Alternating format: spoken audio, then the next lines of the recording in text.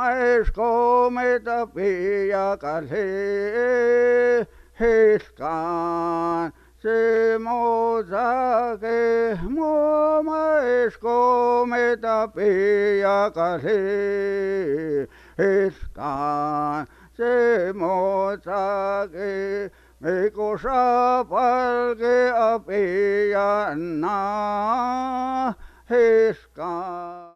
For thousands of years, Native Americans relied on their ingenuity and resourcefulness to survive. The food they ate and the homes they lived in were all possible because of the tools they created from their environment. Unlike our modern tools, Native Americans used one main source to construct their arrowheads, spear points, hammers, drills, and axes: stone. They were experts at making these stone tools, and the process for doing this is called flintknapping. Archaeologists often find bits and pieces of these stone objects when they excavate areas Native Americans once lived at. By carefully examining them, we can learn exactly how they were made. Expert flintknappers like Winston Burnham have spent years perfecting this art of flintknapping. Nap on today is going to be this percussion. And I'm going to show you two different steps, possibly three. First is percussion. We have to use percussion to get this down to a workable piece to make it into a biface like that. And then from that, I'll go to maybe a smaller tool and work on some more percussion to thin it, some thinning process and shaping. And then I'll go to pressure flaking. That's one of the final steps, is pressure flaking. And that's where you, so to speak, fine tune it to make it work like it's supposed to. These are called hammerstones, and they use that in the percussion process. This is a rougher rock, and it's more of a grinding stone. You grind the edges, and I'll explain all that grinding when I start napping a little bit. These are all antlers. This happens to be an elk. It was a shed, old. I tried using it. It didn't work real well, but it can work. This is a moose antler billet, and we take and grind it off of the edge. We try to keep the bone section part of the head, because that's a little bit harder, and grind it to the point it's kind of rounded to make a. This is a white-tailed deer. I use that periodically. And though all these three tools here, as well as these, are used for percussion.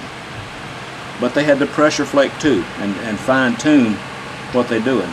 So you use the antler tine to do your pressure flaking. But I use modern tools, and my modern tools, my percussion tools, are going to be just dowel rods with copper caps with lead on the inside, and that makes them kind of weight forward feeling, so to speak. So that's my percussion tools. My pressure flaking tools is copper wire. Sometimes you can twist it to make it a little harder. We have to grind a little bit more using copper than you would with antler, because antler tends to bite into the flint and hold on to it as it's going down, and it kind of snatches it off. These are my grinding tools. It's nothing more than a carborundum type stone that's man-made to rough it up. I use a hand pad when I'm pressure flaking to protect my hand from the chips and stuff coming off. I use a leg pad to protect my leg when I'm doing a lot of my percussion. A lot of times on my percussion, I'll hold it in my hand and hit it, and I'll demonstrate both. Step one of making a point is percussion. Okay, I usually put it on my leg. You can hold it in your hand loose like this and do either way, and it knocks it off that way.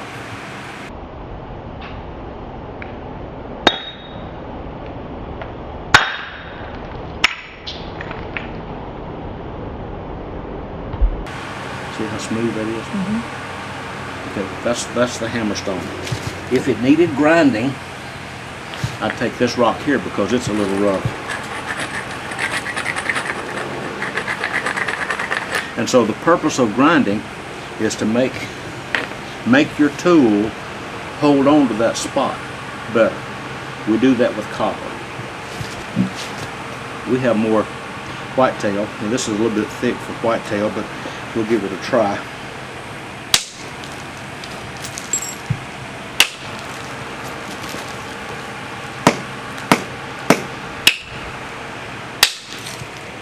Okay, that's a good one.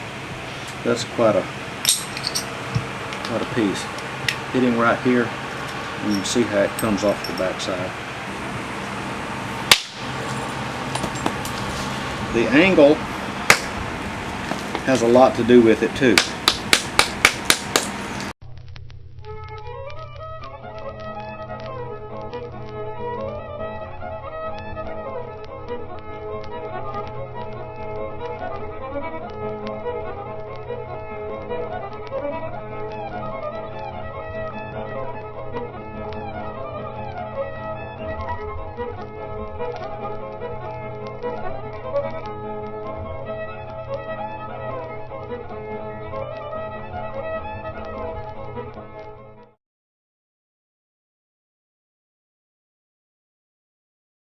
At this particular point, I'm going to start pressure flaking.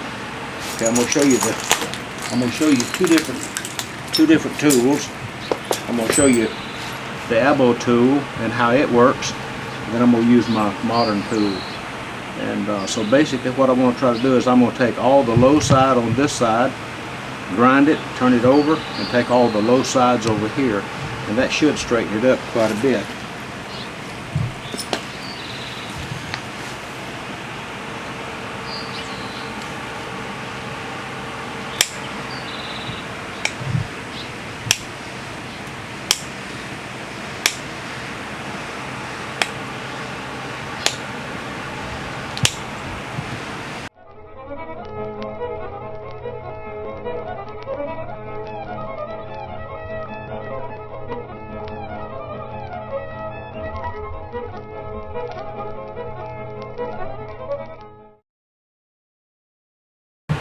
Okay, in notching,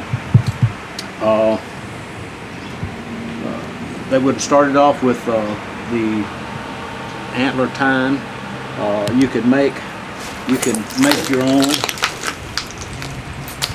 and so it's much thinner, and you can notch with that. But I always start off with this one, and